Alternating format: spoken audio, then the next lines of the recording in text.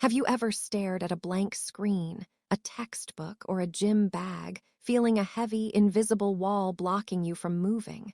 You tell yourself, I'll start in 10 minutes. Then those 10 minutes turn into 2 hours of scrolling on your phone. By the end of the day, that heavy wall turns into a familiar, crushing feeling, guilt.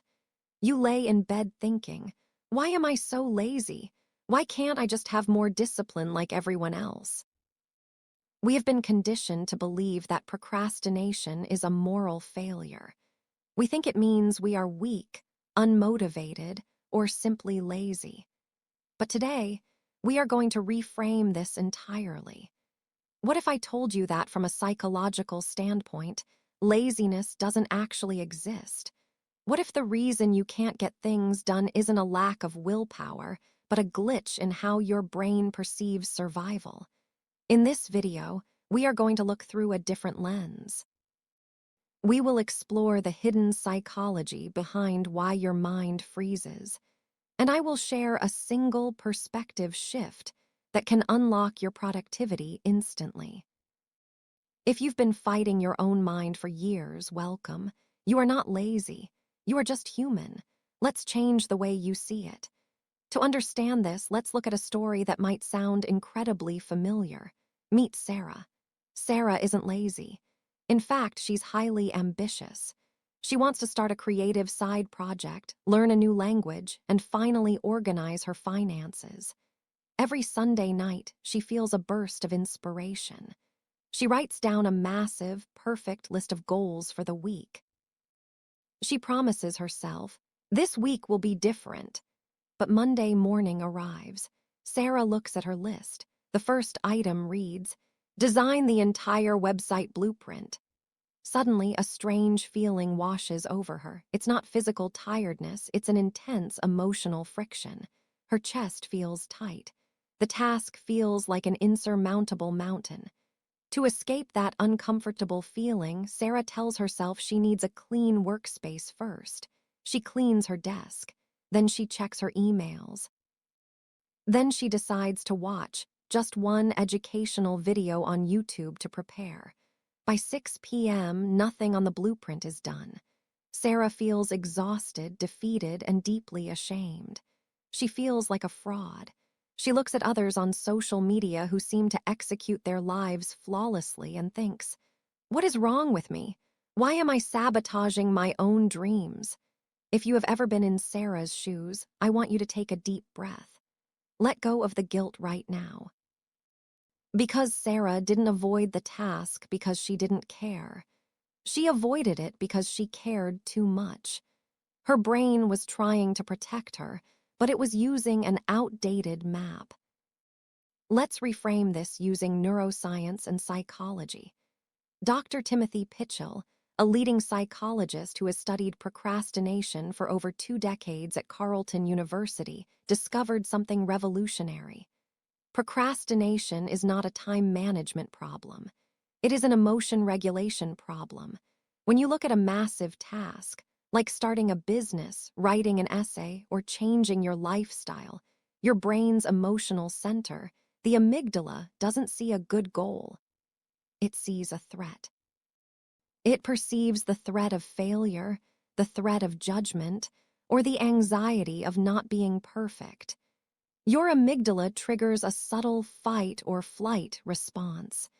And because you cannot physically shoot an arrow at your textbook or run away from your laptop, your brain chooses the third option: freeze.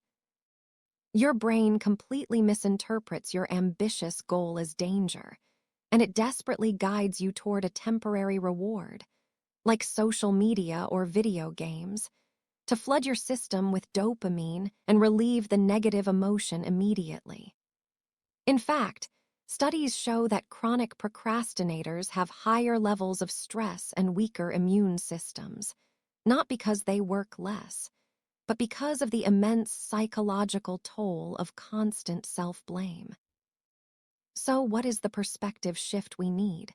The shift is moving from outcome orientation to process intentionality.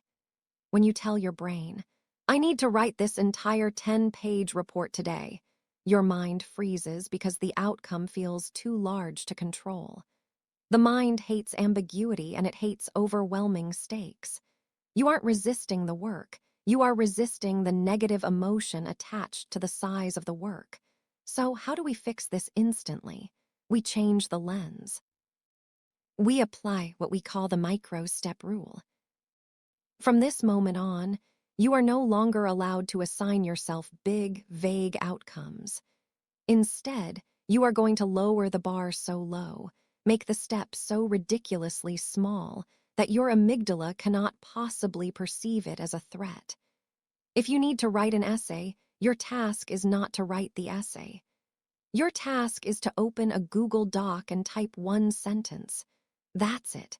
If you need to go to the gym, your task is not to work out for an hour. Your task is to put on your running shoes and step outside your front door. Psychology shows us another incredible principle known as the Zeigarnik effect. This principle states that the human brain experiences a strong desire to finish a task once it has actually been initiated. The hardest part of any task is never the work itself. It is the transition from doing nothing to doing something. By using the micro-step rule, you bypass your brain's defense mechanism. You trick your mind into starting. And once you write that first sentence or take those first steps outside, the momentum shifts. Action breeds motivation, not the other way around. The next time you find yourself stuck, sitting in that heavy cloud of procrastination, please don't call yourself lazy. Be kind to your mind.